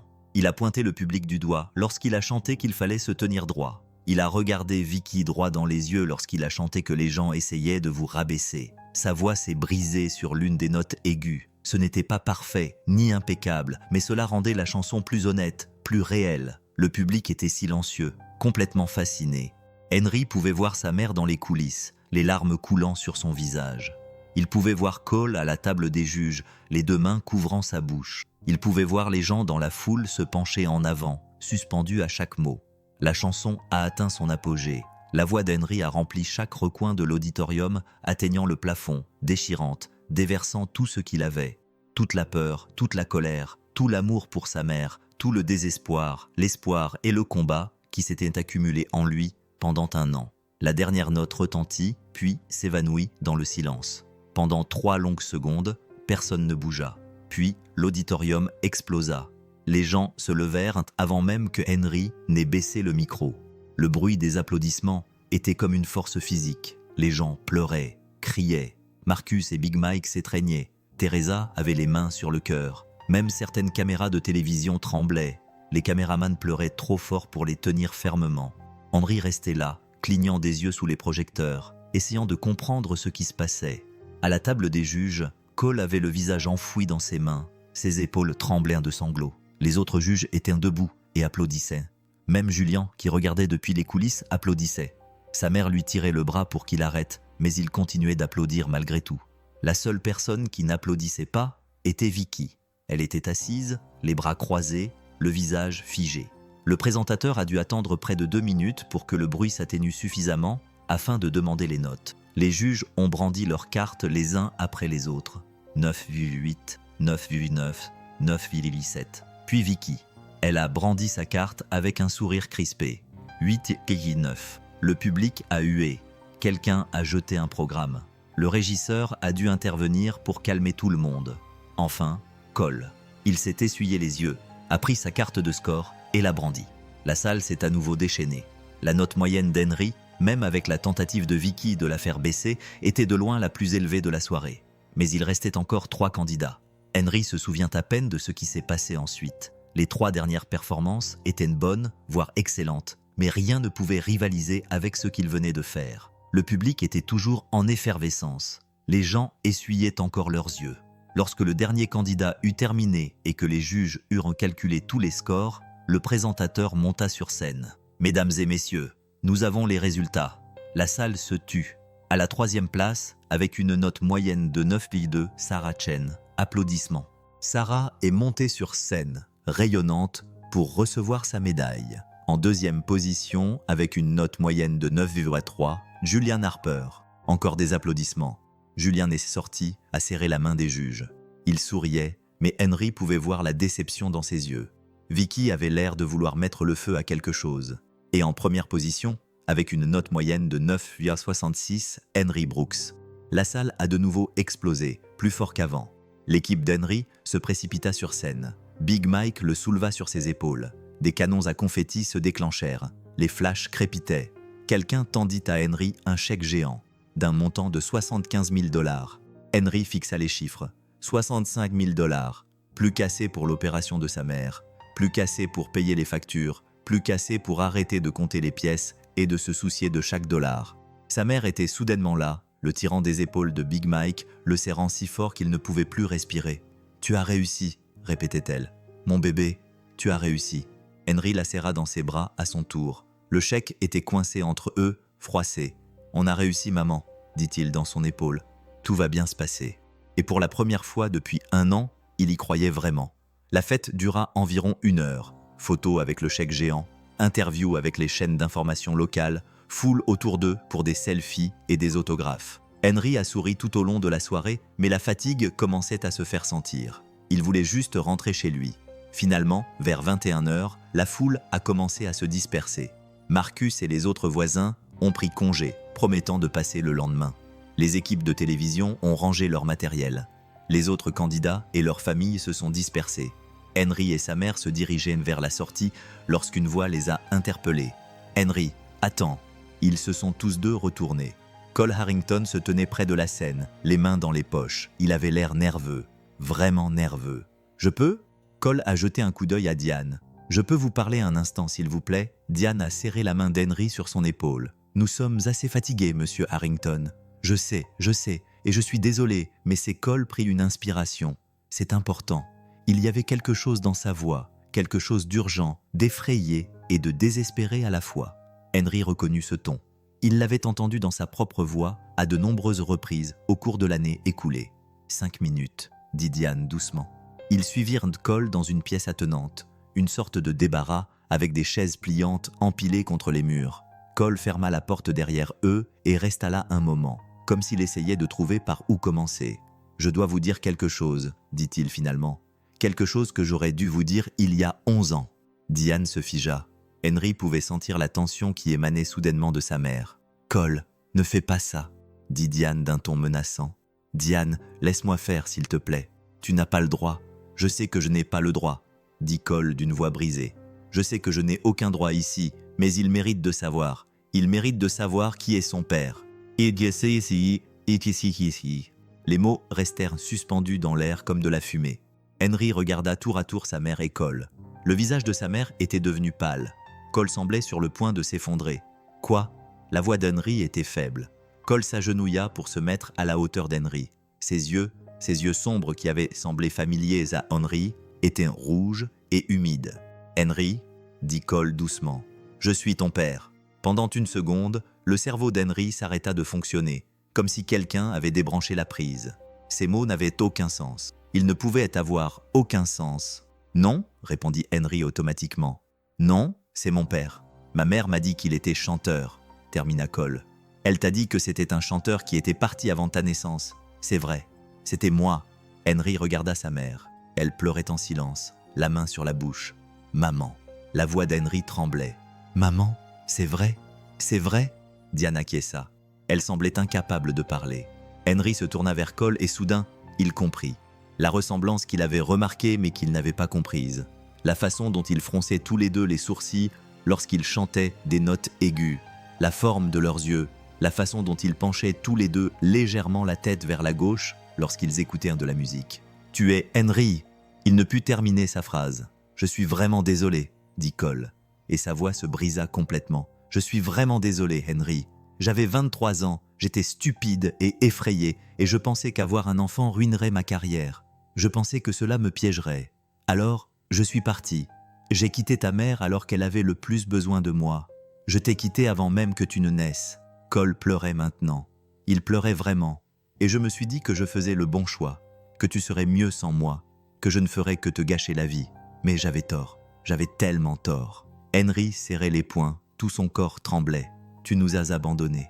Oui, tu as quitté ma mère alors qu'elle était enceinte. Oui, tu n'as pas essayé, tu n'as même pas voulu me connaître. Henry, non. » Henry recula. « Tu n'as pas le droit de te pointer maintenant. Tu n'as pas le droit d'être mon père maintenant que j'ai gagné quelque chose. Maintenant que je passe à la télévision et que les gens connaissent mon nom, ce n'est pas pour ça. Alors pourquoi ?» Henry criait. « Pourquoi maintenant ? Pourquoi pas quand on a été expulsé ? Pourquoi pas quand maman est tombée malade ? Pourquoi pas quand j'avais 8 ans et que je vendais de la limonade pour acheter des provisions ?» Cole tressaillit comme s'il avait été frappé. « Je ne savais pas. Je te jure, Henry, je ne savais pas. Tu aurais pu savoir. Tu aurais pu vérifier. Tu aurais pu t'en soucier. » Le visage d'Henry était baigné de larmes. Il ne se souvenait pas avoir commencé à pleurer. « Mais tu ne l'as pas fait parce que nous n'étions pas assez importants. Tu es important. Tu ne l'es pas. » La voix d'Henry est devenue froide. « Ne me dis pas que je suis important maintenant. Ne me dis pas que tu t'en soucies maintenant, parce que c'est trop tard. » Cole a sorti quelque chose de la poche de sa veste, un morceau de papier plié. Il l'a tendu à Henry, avec des mains tremblantes. « C'est un reçu, » a dit Cole doucement. « De l'hôpital. J'ai payé la facture de l'opération de ta mère ce matin. La totalité, 68 000 $. L'opération est prévue pour la semaine prochaine et elle est entièrement prise en charge. Les soins post-opératoires aussi. Tout. » Henry fixa le papier, mais ne le prit pas. « L'argent du prix, » continua Cole. « Tu peux le garder. Utilise-le comme tu veux. Pour financer tes études, acheter un nouvel appartement, peu importe. Mais tu n'en as plus besoin pour l'opération. C'est réglé. Pourquoi ?»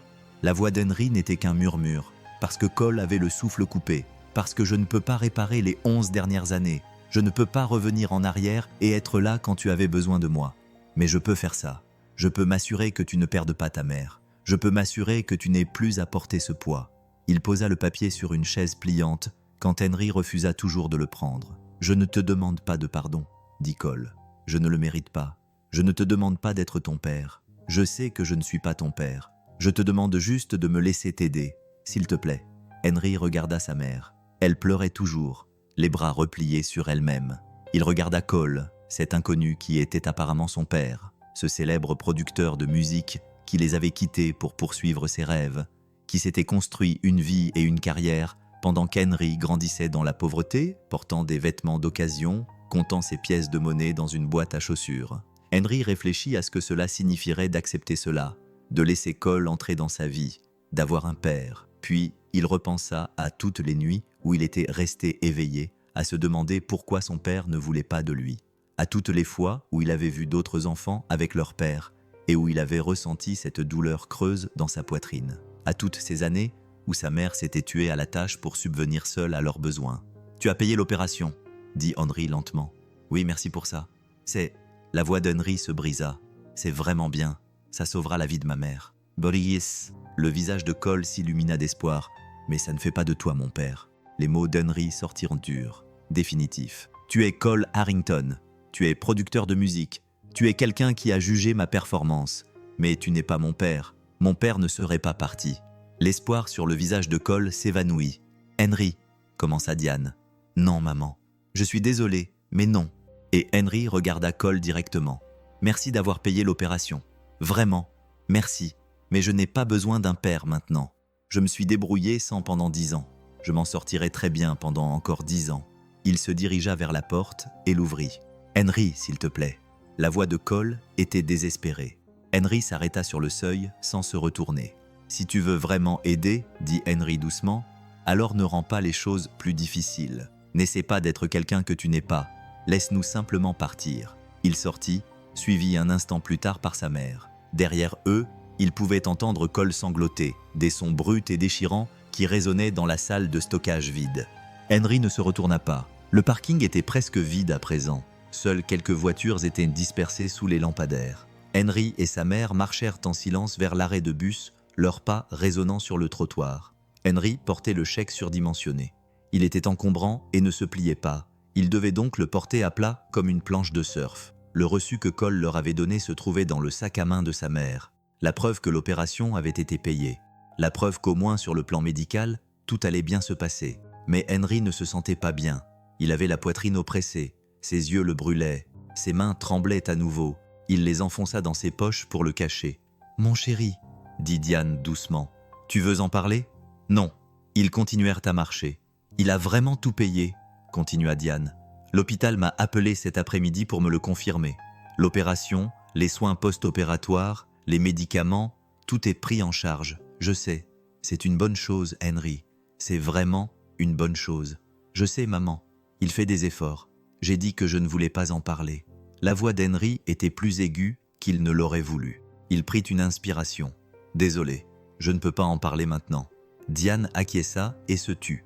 Ils arrivèrent à l'arrêt de bus. Le prochain bus n'était pas prévu avant 15 minutes. Ils s'assirent sur le banc, le chèque géant posé entre eux. Henry regarda à nouveau les chiffres. 75 000 $. L'argent qui était censé sauver sa mère. L'argent pour lequel il avait travaillé pendant 1 an afin de pouvoir concourir. De l'argent qui n'avait plus d'importance parce que Cole Harrington avait signé un chèque plus important. Une partie d'Henry était soulagée, reconnaissante que l'opération ait lieu.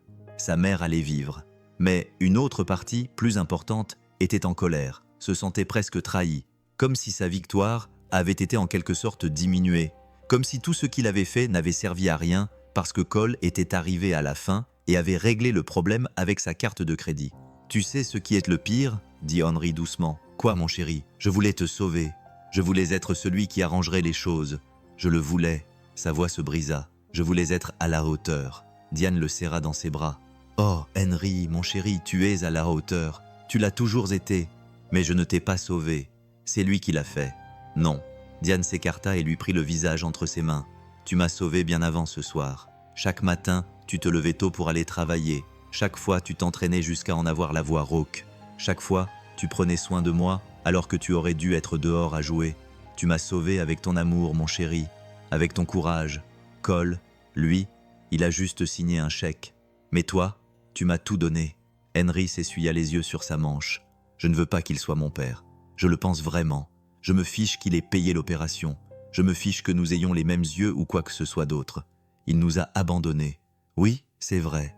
Alors pourquoi est-ce que je me sens mal ?» Henry regarda sa mère. « Pourquoi est-ce que je me sens mal de lui avoir dit de partir ?» Diane soupira. « Parce que tu es quelqu'un de bien. Parce que même quand quelqu'un te fait du mal, il est difficile de lui rendre l'appareil. Ce n'est pas une faiblesse, mon chéri. C'est de la force. » Des phares les éclairèrent. Mais ce n'était pas le bus. C'était une voiture, une belle voiture. Elle entra dans le parking et s'arrêta à quelques mètres. Cole en sortit. « Je partirai si tu le veux, » cria-t-il. « Je le veux. J'avais juste besoin de dire une dernière chose. » Henry se leva. « C'est... Nous avons tout dit. Je sais ce que je suis pour toi. » Cole l'interrompit. « Je sais que je ne suis pas ton père. Je sais que je ne mérite pas de l'être. Mais peut-être que je pourrais être autre chose. » Il s'approcha, s'arrêtant à une distance respectueuse. « Je ne peux pas changer le passé, » dit Cole. « Mais je peux être là maintenant, pas en tant que ton père. Je sais que j'ai perdu ce droit, mais peut-être, je ne sais pas, en tant que quelqu'un qui veut t'aider, quelqu'un qui veut soutenir ta carrière, être ton manager, ton mentor, tout ce dont tu as besoin. Je n'ai besoin de rien de toi. Je sais, mais peut-être que j'ai besoin de quelque chose de toi. » La voix de Cole était calme. « Peut-être que j'ai besoin d'une chance de faire quelque chose de bien, d'être quelqu'un sur qui tu peux compter, même si ce n'est pas en tant que père. Henry fixait cet inconnu qui était son père biologique, mais qui n'avait jamais été son père. Cet homme qui avait bâti une carrière couronnée de succès pendant qu'Henry grandissait dans la pauvreté, qui avait signé un chèque, qui avait sauvé la vie de sa mère, mais qui ne pouvait effacer 11 ans d'absence. « Qu'est-ce que tu attends de moi ?» demanda Henry. « Rien. Je veux te donner quelque chose. Une chance. Une opportunité. » Cole prit une inspiration. « Je travaille avec beaucoup d'artistes, de jeunes artistes. Je pourrais t'aider à développer ton talent. Vraiment le développer. Coaching vocal, présence sur scène, te mettre en relation avec les bonnes personnes. Pas parce que tu es mon fils, parce que tu as du talent, parce que ce que tu as fait sur scène ce soir était extraordinaire. » « Je n'y pense pas, » dit Cole. « Ne réponds pas maintenant. Réfléchis-y simplement. Je te donne mon numéro. » Il sortit une carte de visite et la tendit. Henry ne bougea pas. Cole posa la carte sur le banc à côté de Diane. « Si jamais tu as besoin de mon aide pour la musique, pour quoi que ce soit, appelle-moi. Si tu ne veux pas, ce n'est pas grave. Quoi qu'il en soit, l'opération est payée. Quoi qu'il en soit, je ne vais nulle part. Je serai dans cette ville. Si jamais tu changes d'avis, dit-il en se dirigeant vers sa voiture. « Attends !» s'entendit dire Henry. Cole se retourna. Henry s'approcha suffisamment pour voir l'espoir briller à nouveau dans les yeux de Cole. « Merci, dit Henry, d'avoir sauvé ma mère. Tu n'as pas à me remercier. Je n'ai pas fini. » Henry tendit la main. « Merci pour ça. Vraiment, mais tu n'es pas mon père. Tu n'es pas mon père. Tu es Cole. Juste Cole. » Et si... Henry prit une inspiration. « Si jamais je décide que j'ai besoin de ton aide pour la musique, ce sera parce que tu es un professionnel, pas parce que tu es mon père. Tu comprends ?» Cole regarda la main tendue d'Henry. Ses lèvres tremblaient. « Je comprends. Bien. » Cole prit la main d'Henry et la serra fermement, d'une poignée de main formelle. Comme deux professionnels qui se rencontrent, comme deux hommes, pas comme un père et son fils. « Merci, Henry, » dit Cole d'une voix éraillée. « Pour m'avoir donné tout ça ?» Henry acquiesça d'un signe de tête, puis retira sa main et retourna à l'arrêt de bus. Cole resta là un moment, l'air de vouloir ajouter quelque chose, puis il monta dans sa voiture et partit. Diane serra Henry contre elle. « C'était très mature de ta part. Je ne me sens pas mature, je me sens fatigué. »« Je sais, mon chéri. » Le bus arriva enfin.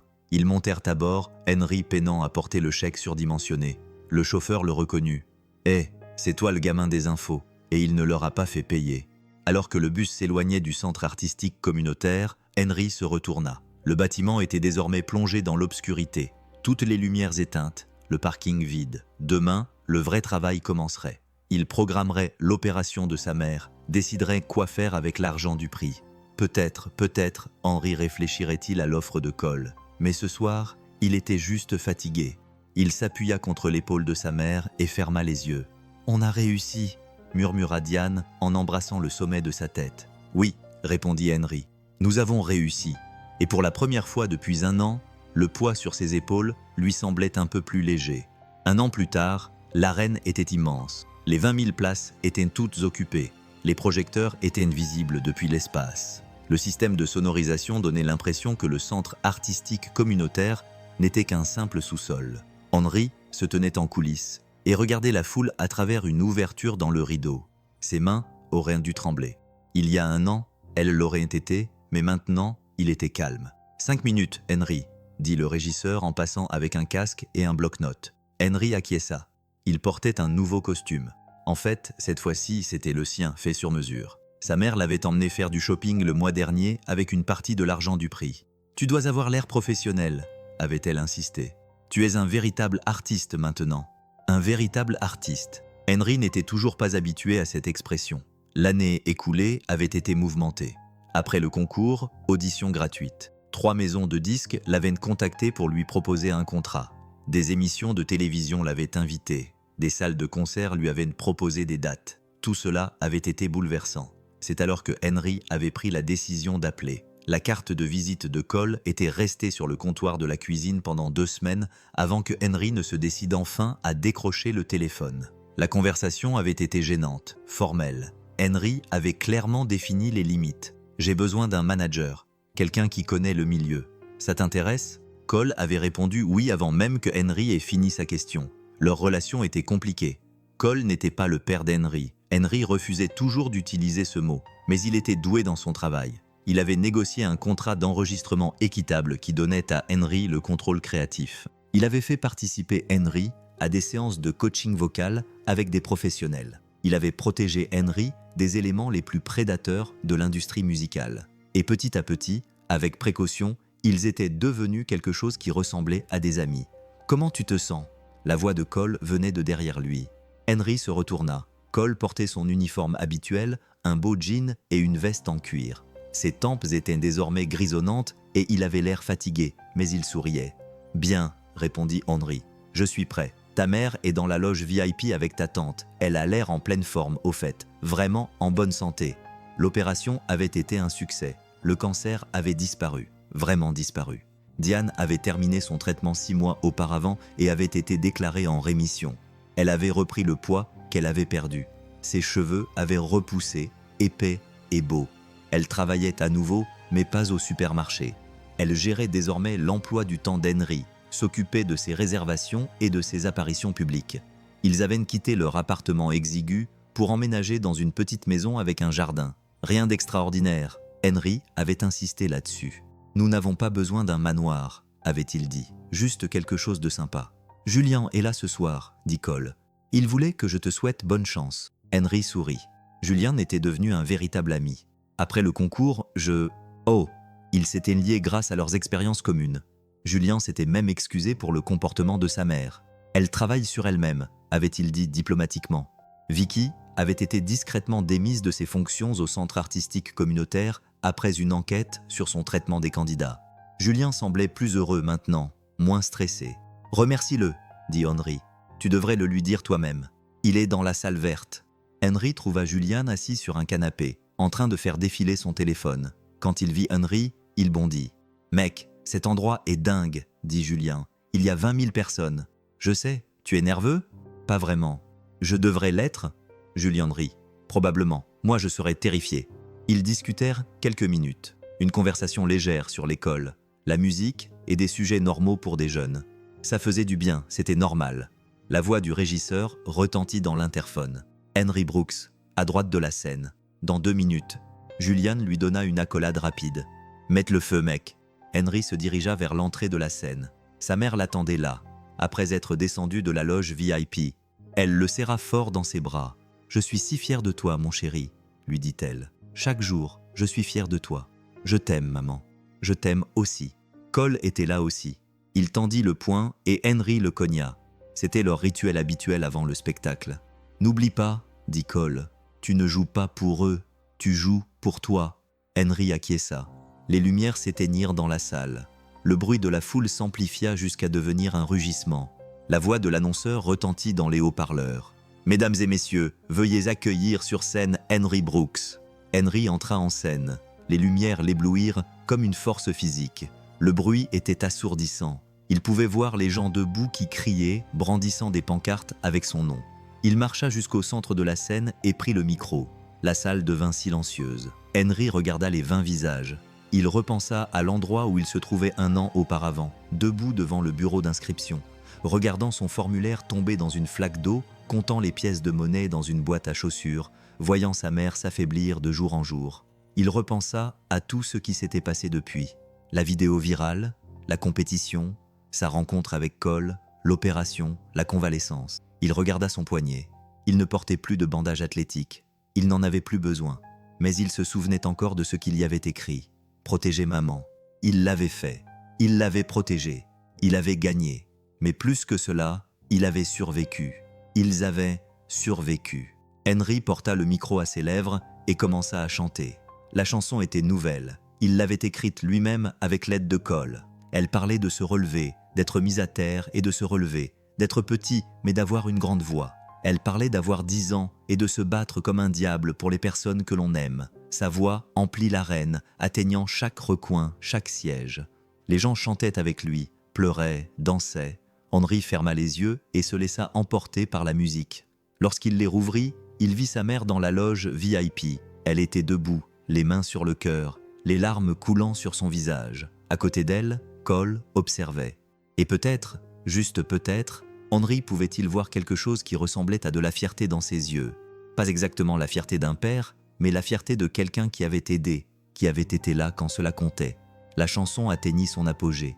La voix d'Henry s'éleva, plus haut qu'il n'avait jamais chanté auparavant, forte et sûre et inébranlable. La dernière note retentit. Les 20 000 personnes dans la salle explosèrent de joie. Henry resta là, haletant, souriant sincèrement. Il salua la foule, mais ses yeux se posèrent d'abord sur sa mère, puis sur Cole, puis sur Julien, quelque part dans le public. Toutes les personnes qui l'avaient aidé à en arriver là. Toutes les personnes qui avaient cru en lui.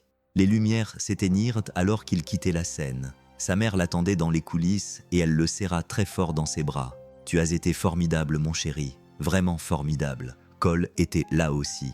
Pendant un instant, ils se regardèrent simplement. Puis Cole tendit la main. Henry la serra fermement, avec professionnalisme. « Merci, » dit Henry. « Pour tout. »« Non, » répondit Cole doucement. « Merci de m'avoir donné la chance de participer à tout ça, même si ce n'est que Cole, » a conclu Henry. Cole a souri. Juste Cole, et d'une certaine manière, ça suffisait. 6 mois plus tard, Henry a franchi les portes du centre artistique communautaire pour la première fois depuis la finale. Le hall d'entrée était identique. Les mêmes néons, le même tapis rouge, le même bureau d'inscription, mais tout semblait différent à présent. « Ça va ?» demanda sa mère en lui touchant l'épaule. « Oui, c'est juste bizarre d'être de retour. » Ils étaient là pour le nouveau concours de talent, le premier depuis la victoire d'Henry. Cole avait convaincu Henry de venir en tant que conférencier invité pour parler de son parcours aux nouveaux candidats. « Ça leur fera du bien d'entendre ton histoire », avait dit Cole. « Montre-leur que le succès ne vient pas toujours des privilèges. » Le hall était rempli d'enfants et de parents. Les inscriptions se faisaient au même bureau où Vicky Harper s'était autrefois assise, mais Vicky n'était plus là. Une nouvelle directrice de programme avait été embauchée. Une femme nommée Michelle Torres, qui semblait réellement soucieuse de donner une chance équitable à tous les enfants. Michelle aperçut Henry et lui fit signe. « Henry, merci beaucoup d'être venu. Pas de problème. Les enfants sont ravis de vous rencontrer. Nous avons environ 50 candidats cette année. C'est la plus forte participation que nous ayons jamais eue. Je pense que votre histoire a inspiré beaucoup de familles à tenter leur chance. » Henry regarda autour de lui dans le hall. Il vit des enfants qui lui ressemblaient. Des enfants avec des chaussures usées et des vêtements qui ne leur allaient pas tout à fait. Des enfants qui comptaient probablement chaque dollar. Des enfants qui portaient en eux des rêves plus grands que leur situation. Mais il vit aussi des enfants comme Julien l'avait été. Bien habillés, bien éduqués, clairement issus de familles aisées. Tout le monde se mélangeait. Pas de séparation, pas de jugement. Les choses ont changé ici. Henry dit « C'est grâce à vous ». Michel répondit « Après tout ce qui s'est passé, le conseil d'administration a complètement revu nos politiques. Plus de discrimination, plus de favoritisme. Tous les enfants ont désormais une chance équitable. » Un garçon qui semblait avoir environ 9 ans s'approcha timidement d'Henry. « Excusez-moi, êtes-vous Henry Brooks ?»« Oui, c'est moi. » Les yeux du garçon s'écarquillèrent. « J'ai regardé vos vidéos une centaine de fois. C'est grâce à vous que je participe au concours aujourd'hui. Comment vous appelez-vous ?»« Marcus. Marcus Williams. » Henry sourit. « Enchanté, Marcus. Vous êtes nerveux ? Super nerveux. Ma mère dit que je ne devrais pas l'être, mais Marcus baissa les yeux vers ses chaussures. Je n'ai pas de beaux vêtements ni rien, et je n'ai jamais pris de cours de chant. » Henry s'agenouilla pour se mettre à la hauteur de Marcus. « Tu sais ce qui est le plus important ? Quoi ? Pourquoi tu fais ça ? Si tu le fais pour les bonnes raisons, parce que tu aimes chanter, parce que tu as quelque chose à dire, alors rien d'autre n'a d'importance. Les vêtements, les cours, rien de tout ça. » Henry tapota la poitrine de Marcus. « Tout est dans ta tête. » Marcus acquiesça, l'air plus confiant. « Et puis, » ajouta Henry, « moi non plus, je n'ai pas pris de cours de chant. Du moins, pas avant le concours. J'avais juste une raison de chanter. Trouve ta raison et tout ira bien. » Après le départ de Marcus, Henry remarqua quelqu'un d'autre qui observait depuis l'autre côté du hall. Julien était là avec sa mère. Quand leurs regards se croisèrent, Julien fit un signe de la main. Henry s'approcha. « Salut, » dit Julien. « Je ne m'attendais pas à te voir ici. Je ne m'attendais pas à te voir ici non plus.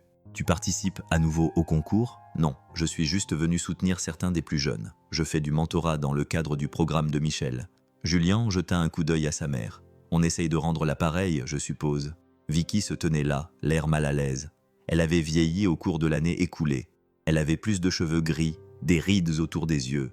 Quand elle regarda Henry, son expression trahissait une sorte de honte. « Henry, » dit-elle doucement, « je peux te parler 1 minute. » Henry regarda sa mère qui acquiesça. Ils s'éloignèrent de la foule. « Je te dois des excuses, » dit Vicky. De vraies excuses. Ce que j'ai fait, la façon dont je t'ai traité, c'était mal. C'était cruel. J'étais tellement concentré sur la victoire de Julian que j'ai oublié le but de ce programme. Donner des opportunités aux enfants, pas leur enlever. Henry ne dit rien. J'ai perdu mon travail à cause de mon comportement, continua Vicky. Et je le mérite. Je ne te demande pas de me pardonner. Je voulais juste que tu saches que je réalise maintenant ce que j'ai fait et que je suis désolé. Henry prit une inspiration. Tu as tout compliqué. Tu m'as fait douter de moi alors que j'étais déjà en difficulté. Je sais, mais tu m'as aussi rendu plus fort. Tu m'as poussé à me battre davantage. Donc, je ne sais pas trop quoi dire. Je ne vais pas dire que tout va bien parce que ce n'est pas le cas.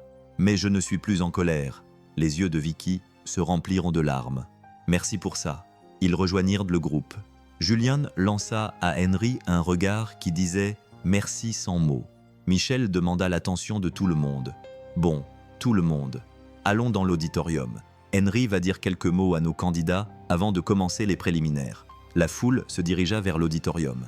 Henry se rendit en coulisses, suivi de sa mère et de Cole. La scène était exactement la même qu'il y a 1 an et demi. Même lumière, même micro. Mais cette fois, Henry n'avait pas peur. Il monta sur scène. Les candidats étaient assis dans les premiers rangs et le regardaient avec des yeux écarquillés. Certains étaient nerveux, d'autres étaient confiants. Tous espéraient. « Bonjour à tous », dit Henry dans le micro. « Je m'appelle Henry. La plupart d'entre vous connaissent probablement mon histoire, mais au cas où, il y a environ 1 an et demi, j'étais assis à votre place. J'avais 10 ans, j'étais fauché et terrifié. Quelques enfants ont ri. Je n'avais pas suivi de formation. Je n'avais pas de coach vocal. Je n'avais même pas de vêtements décents à porter. Mais j'avais une raison. Ma mère était malade et je devais gagner ce concours pour lui sauver la vie. Il voyait certains enfants se pencher en avant, suspendus à ses lèvres. Et j'ai appris quelque chose pendant cette période, a poursuivi Henry. J'ai appris que le talent ne se mesure pas au prix des cours ou à la qualité des vêtements. Il s'agit d'avoir quelque chose de réel à dire, quelque chose de vrai. Il fit une pause, regardant tous ces jeunes visages. Lorsque vous monterez sur scène ce soir, certains d'entre vous chanteront parfaitement. Chaque note sera juste, chaque passage sera exécuté à la perfection, et c'est formidable. Mais ce n'est pas la perfection que les gens retiennent. Ce que les gens retiennent, c'est l'authenticité. Ce que les gens retiennent, c'est la sincérité. Henry repensa à sa propre performance. Les notes fêlées, l'émotion brute, la façon dont sa voix s'était brisée dans les aigus parce qu'il chantait avec ses tripes plutôt qu'avec sa technique. Voici donc mon conseil. N'essayez pas d'être parfait, essayez d'être authentique. Chantez quelque chose qui vous tient à cœur. Faites ressentir quelque chose aux gens. C'est ce qui distingue une bonne performance d'une excellente performance. Il vit Marcus, au 3e rang, acquiescer. Et encore une chose, dit Henry. Peu importe ce qui se passera ce soir, que vous gagnez ou perdiez, rappelez-vous que ce n'est que le début, que ce concours ne vous définit pas. Votre talent, votre éthique de travail, votre personnalité, voilà ce qui vous définit. Alors allez-y, faites de votre mieux. Et sachez que quoi qu'il arrive, vous êtes déjà courageux, rien que pour avoir essayé. Les candidats applaudirent. Henry fit un signe de la main et quitta la scène. Sa mère le serra dans ses bras. « C'était magnifique, mon chéri. Cole était là aussi. Tu es doué pour ça, le mentorat. On devrait peut-être l'ajouter à ton emploi du temps. Visiter des programmes, parler à de jeunes artistes. »« Peut-être, » répondit Henry. Ils regardèrent le concours depuis les coulisses. Marcus se présenta. Sa performance fut approximative. Il chantait parfois faux, son énergie nerveuse le poussait à accélérer le tempo, mais il y avait quelque chose de brut et d'authentique. Il n'a pas gagné, il n'a même pas terminé dans les 3 premiers. Mais quand il est descendu de scène, il souriait. « Je l'ai fait », dit Marcus à Henry. « J'avais tellement peur, mais je l'ai fait. Bien sûr que oui. Comment tu te sens? C'était incroyable. Terrifiant. Je veux le refaire. » Henry rit. « Alors tu vas continuer à t'entraîner. Continue à travailler, ce n'est que le début. » Plus tard, après la fin du concours et l'annonce des nouveaux gagnants, Henry et sa famille se sont dirigés vers le parking, mais pas vers l'arrêt de bus cette fois-ci. Ils avaient maintenant une voiture. Rien d'extraordinaire, mais c'était la leur. Cole les accompagnait. « Tu retournes au studio demain ?» demanda Henry. « Oui, j'ai un nouvel artiste qui arrive. Ce jeune garçon me fait penser à toi, en fait. Il a beaucoup de talent brut. Il a besoin d'être perfectionné. Tu seras parfait pour lui. » Cole sourit. « Merci, ça me touche beaucoup venant de toi. » Ils arrivèrent à la voiture d'Henry. Sa mère s'installa au volant. Elle avait récupéré son permis de conduire une fois sa santé améliorée. Henry resta debout près de la portière passager, regardant en arrière vers le centre artistique communautaire. « Ça va » demanda Cole. « Oui, je réfléchissais. À tout ce qui a changé.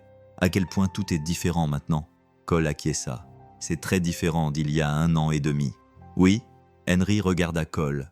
Il le regarda vraiment.